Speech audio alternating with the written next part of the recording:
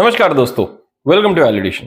दोस्तों, वैलिडेशन के आज के इस एपिसोड में हम देखने वाले हैं कि भाई ईपीएफओ के अगेंस्ट अगर आपको आरटीआई कंप्लेंट करना है तो आप किस तरह से कर सकते हो। दोस्तों, बहुत लोगों के डिमांड लेटर इशू हो चुके हैं, उन्होंने पैसे भर दिए और पैसे भरने के बाद भी दोस्तों उनका अभी तक पीपीओ इशू नहीं हुआ है। बहुत लोगों के फॉर्म ईपीएफओ ऑफिस में जाके सालों हो चुके हैं, लेकिन अभी तक उनको उसके ऊपर कोई डिमांड लेटर इशू नहीं हुआ है, ना ही कोई क्लैरिफिकेशन ईपीएफओ ने उनको या उनके एम्प्लॉयर को मांगा हुआ है। तो ऐसे कई सारी चीजें हैं जहां पर आरटीआई एप्लीकेशन फाइल करने का ख्याल तो लोगों के दिल में आ रहा है, लेकिन करे कैसे ये उनको पता नहीं है। तो इसलिए दोस्तों आज की इस वीडियो में मैं आपको समझाकर बताने वाला हूं, बिल्कुल स्टेप बाय स्टेप तरीके से बताने वाला हूं कि भाई ईपीएफओ के खिलाफ अगर आपको आरटीआई एप्लीकेशन देनी है तो किस तरह से आप उनसे इंफॉर्मेशन निकलवा सकते हैं और आरटीआई एप्लीकेशन ऑनलाइन घर बैठे आप किस तरह से कर सकते हैं। इनफैक्ट दोस्तों ऐसे भी केसेस है जहां पर यही नहीं पता है कि हमारा फॉर्म रिजेक्ट क्यों कर दिया। फॉर्म रिजेक्ट तो हो गया लेकिन फॉर्म रिजेक्ट क्यों हुआ है इसका रीजन भी बहुत जगह पर नहीं दिया गया। तो ऐसे सब केसेस के लिए आरटीआई का जो टूल गवर्नमेंट ऑफ इंडिया आपको प्रोवाइड करती है वो आपने इस्तेमाल करना चाहिए और उसको यूज करके आपने आरटीआई कंप्लेंट फाइल करनी चाहिए। तो चलिए दोस्तों फटाफट देखते हैं कि किस तरह से ऑनलाइन घर बैठे हम आरटीआई अप्लाई कर सकते हैं।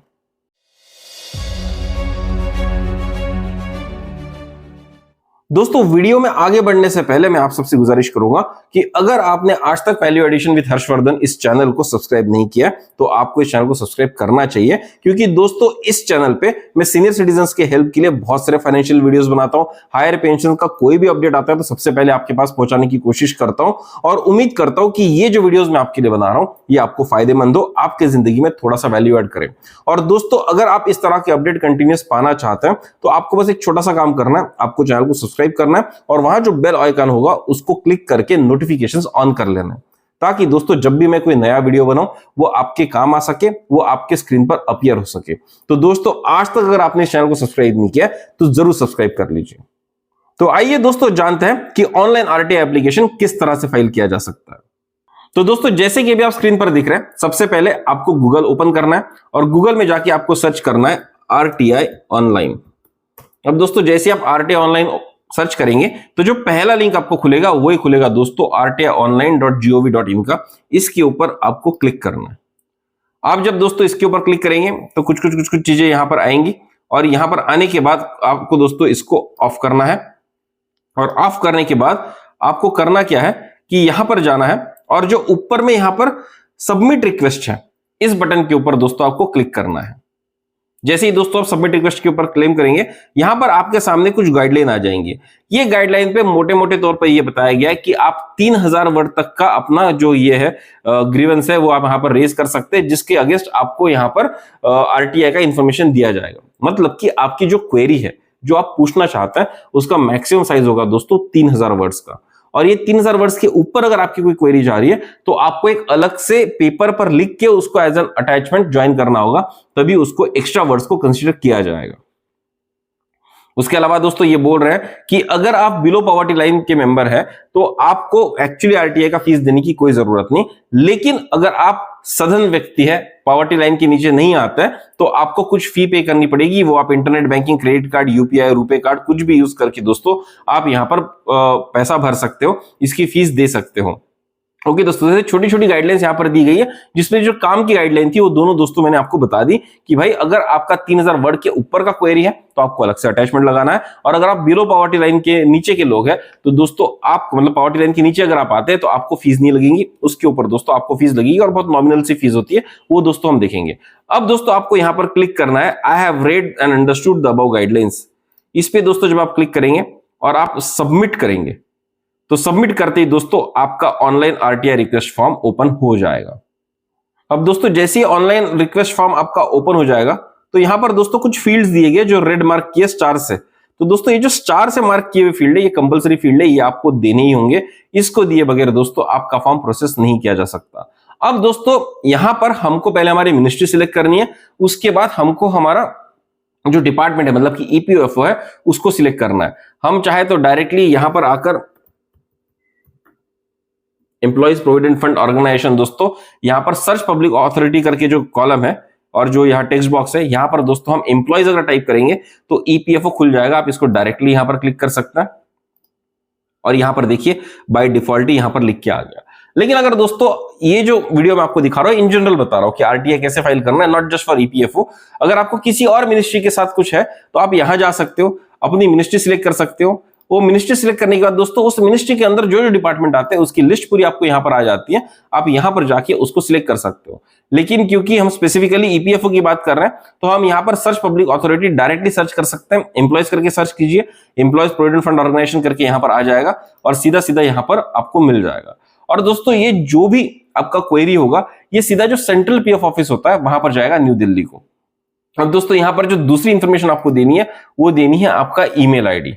तो दोस्तों यहां पर सबसे पहले आपको ईमेल आईडी डालना है। मैं मेरा ईमेल आईडी डाल देता हूं।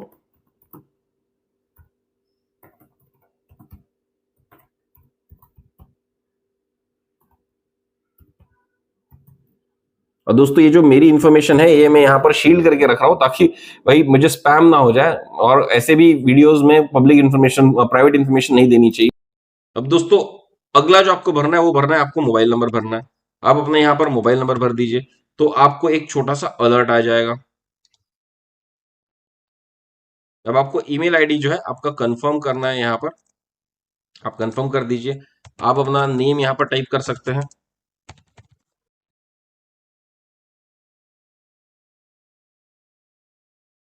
फिर आपको जेंडर सिलेक्ट करना है और आपको अपना एड्रेस बताना है। आप अपना एड्रेस डाल दीजिए, जो भी होगा जैसे भी होगा वो डाल दीजिए। फिर आपको अपना पिन कोड डालना है। आपको अपना स्टेट सिलेक्ट करना है। यहाँ पर आप स्टेट सिलेक्ट कीजिए। अब जैसे अब मैं तेलंगाना में रहता हूँ तो मैं तेलंगाना, स्टेटस रूरल या अर्बन तो मैं शहर में रहता हूँ तो अर्बन सिलेक्ट करूंगा। एजुकेशनल स्टेटस दोस्तों यहाँ पर पूछा जा रहा है लिटरेट है कि इलिटरेट है, तो वो हम बताएंगे कि भाई जैसे मैं तो लिटरेट हूँ तो मैं लिटरेट डालूंगा। और फिर से दोस्तों पता नहीं क्यों यहाँ पर डबल तरह से फोन नंबर मांगा जा रहा है, तो हम यहाँ पर डबल तरह से फोन नंबर यहाँ पर दे देंगे।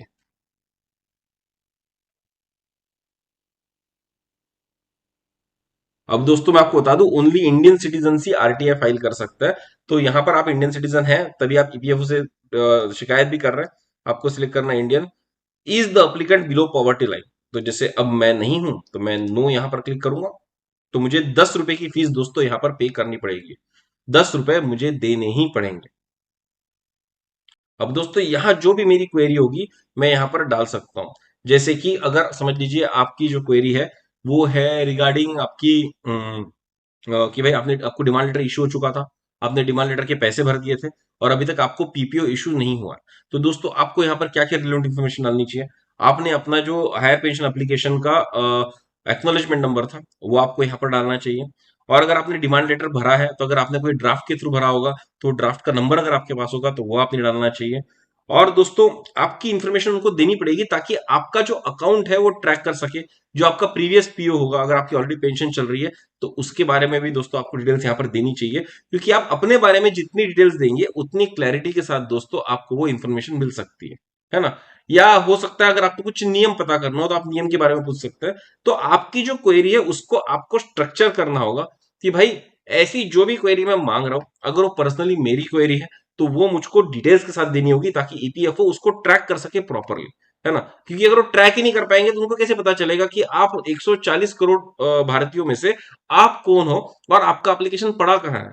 तो दोस्तों उसके लिए आपको स्पेसिफिक इन्फॉर्मेशन देनी पड़ेगी। अगर आप किसी लॉ या किसी प्रोविजन या किसी सर्कुलर के बारे में पूछ रहे हैं तो आपको उसका रेफरेंस नंबर देना होगा, उसका डेट भी आपको देना होगा। क्योंकि कोई भी सर्कुलर या कोई भी एक्ट जो होता है वो उसके नाम के साथ, उसके रेफरेंस नंबर के साथ और उसके डेट के साथ, जो कि जनरली सर्कुलर या एक्ट के पहले पेज पर दिया होता है, तो दोस्तों वो आपको यहां पर डालना चाहिए। अब दोस्तों आप जो भी क्वेरी यहां पर डालेंगे, क्योंकि आप जस्ट फॉर वे मैं गिबरिश कुछ तो भी डाल दे रहा हूं। अगर आपके पास कोई सपोर्टिंग डॉक्यूमेंट है कि जैसे आपने अगर कोई डिमांड ड्राफ्ट भर दिया होगा, उसके अगर एक्नॉलेजमेंट की रिसिप्ट होगी कि ईपीएफओ ऑफिस ने अगर आपको एक्नॉलेज किया है, तो उसको दोस्तों आप चूज करके यहां पर डाल सकते हो। तो ऐसा जो भी सपोर्टिंग डॉक्यूमेंट आपके इंफॉर्मेशन जो आप मांग रहे हैं उसके अगेंस्ट अगर कुछ होगा तो आपको यहां पर देना है। उसके साथ दोस्तों आपको यहां पर एक सिक्योरिटी कोड देना होगा, आप वो दे सकते हैं। और उसके बाद दोस्तों आपको क्लिक करना है मेक पेमेंट पे। भी समझ लीजिए हमने यहां पर कर दी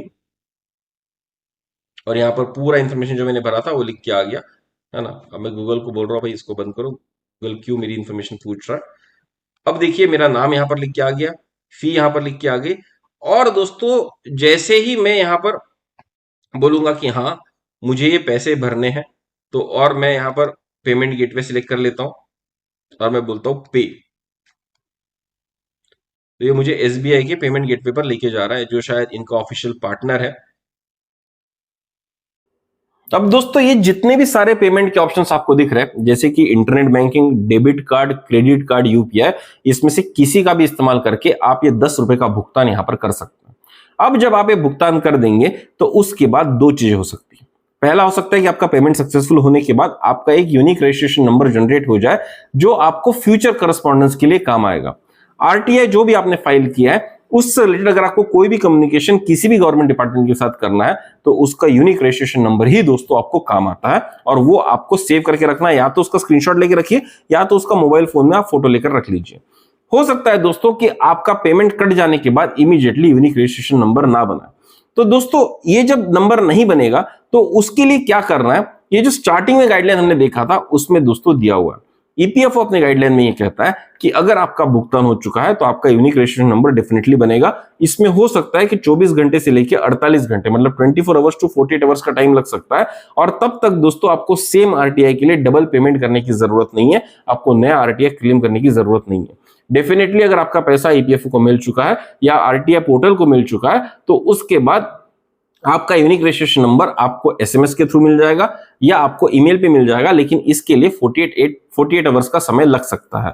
तो दोस्तों पते की बात यही थी कि अगर आप पेमेंट कर देते हो और यूनिक रजिस्ट्रेशन नंबर नहीं बन जाता है इमीडिएटली, तो 48 आवर्स तक दोस्तों आपको वेट करना है। 2 दिन के अंदर दोस्तों आपका यूनिक रजिस्ट्रेशन नंबर बन जाएगा। अब दोस्तों आरटीआई फाइल करने से होगा क्या? आरटीआई फाइल करने से ईपीएफओ जो है वो बाध्य हो जाएगा आपको जवाब देने के लिए, और ये जवाब देने के लिए उनको मिलते हैं 30 दिन का समय।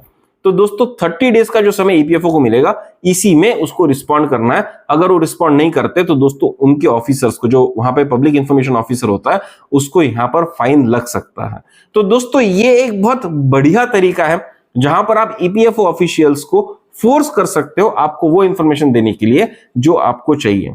तो दोस्तों आरटीआई के इस हथियार को हमने जरूर इस्तेमाल करना चाहिए। और जैसे कि मैंने पहले वीडियोस में भी बताया कि जब ज्यादा से ज्यादा लोग आरटीआई एप्लीकेशन या ग्रीवेंसेस फाइल करते हैं तो ईपीएफओ के ऊपर प्रेशर बनता है, और शायद प्रेशर बनने की वजह से ministry of labour and employment ने एक नोटिफिकेशन ईपीएफओ को जारी किया था कि भाई आपके इतने ज्यादा रिजेक्शंस क्यों हो रहे हैं, आपको जस्टिफाई करने होंगे। और दोस्तों जब ऐसा प्रेशर बनता है तो काम ज्यादा तेजी से बढ़ता है। जब सीएजी इन्वॉल्व हो जाता है, उनका ऑडिट करने की बात करता है, तो फॉर्म रिजेक्ट करने के लिए भी ईपीएफओ डरता है। तो दोस्तों अगर आपको कोई भी क्वेरी है तो आप घर बैठे 10 रुपए का भुगतान करके आप डेफिनेटली एक आरटीआई फाइल कर सकते हो, और ऐसा आरटीआई आपको फाइल करना चाहिए। इसके लिए डेफिनेटली दोस्तों मैं आपको एनकरेज करूंगा जरूर। तो दोस्तों उम्मीद करता हूं आज के इस वीडियो ने आपके जिंदगी में एक छोटा सा वैल्यूएशन जरूर किया होगा। अगर आप आरटीआई फाइल करना चाहते थे लेकिन आपको नहीं पता था कि कैसा करना है, तो दोस्तों ये वीडियो आपको डेफिनेटली मददगार साबित होगा। ये वीडियो दोस्तों आपके लिए मददगार रहा है नहीं रहा, इसने आपकी जिंदगी में वैल्यूएशन किया या नहीं किया, तो दोस्तों मुझे कमेंट बॉक्स में इसके बारे में जरूर बताइएगा। अगर आपको लगता है कि कोई और टॉपिक में मैंने वीडियो बनाना चाहिए, तो वो भी आप मुझे कमेंट बॉक्स में बता सकते हैं। आपकी कुछ क्वेरीज होंगी वो भी दोस्तों आप मुझे कमेंट बॉक्स में पूछ सकते हैं। मुझे जब भी समय मिलता है मैं पूरी कोशिश करता हूं कि हर एक कमेंट का इंडिविजुअली मैं वहां पर रिस्पॉन्स दूं। अगर दोस्तों आपके दिल में और कई सारे डाउट है, तो उस डाउट को कलेक्टिवली सॉल्व करने के लिए दोस्तों हमने एक टेलीग्राम का ग्रुप बनाया हुआ है। उसका दोस्तों क्यूआर कोड आपको यहां पर ऊपर दिख रहा होगा। अगर आप क्यूआर कोड से स्कैन नहीं कर पा रहे तो इस वीडियो के डिस्क्रिप्शन बॉक्स में दोस्तों उसका लिंक भी मैंने दिया है, आप उसको इस्तेमाल करके भी हमारा ग्रुप ज्वाइन कर सकते हैं। वहां पर बहुत सारे लाइक माइंडेड पीपल है जो हायर पेंशन के पीड़ित है, थोड़े से इंफॉर्मेशन रखते हैं, एक्सपर्ट्स है। तो दोस्तों आप अगर अपना डाउट वहां पर पूछेंगे या आप अगर अपनी इंफॉर्मेशन वहां पर पूछेंगे तो डेफिनेटली आपको भी मदद होगी, और आपकी दी हुई इंफॉर्मेशन से बाकी सबको भी बहुत मदद होगी। तो दोस्तों अगर आप ऐसी कुछ क्वेरी से जूझ रहे हैं तो जरूर हमारा ग्रुप ज्वाइन कीजिए। दोस्तों अगर आपको इस वीडियो में वैल्यू दिखी है तो जरूर शेयर कीजिए अपने दोस्तों के साथ, अपने परिवारजनों के साथ, ताकि उनकी जिंदगी में भी एक छोटा सा वैल्यूएशन हो सके। अगर आज तक आपने वैल्यूएशन को सब्सक्राइब नहीं किया तो डेफिनेटली सब्सक्राइब कीजिए दोस्तों, क्योंकि ये आपके काम का चैनल है, ये आपके फायदे के लिए बनाया हुआ चैनल है। यहाँ पर कुछ ऐसे ऐसे अपडेट्स आपको मिलेंगे, ना सिर्फ हायर पेंशन से रिलेटेड बल्कि रियल लाइफ फाइनेंस से भी, रियल लाइफ इंफॉर्मेशन से भी, जो दोस्तों आपकी जिंदगी में एक अच्छा वैल्यूएशन कर सकते हैं। तो चलिए दोस्तों जल्दी मिलेंगे एक नए डिस्कशन के साथ, एक नए टॉपिक के साथ। तब तक के लिए दोस्तों सब्सक्राइब करते रहिए हमारा चैनल वैल्यू एडिशन। धन्यवाद।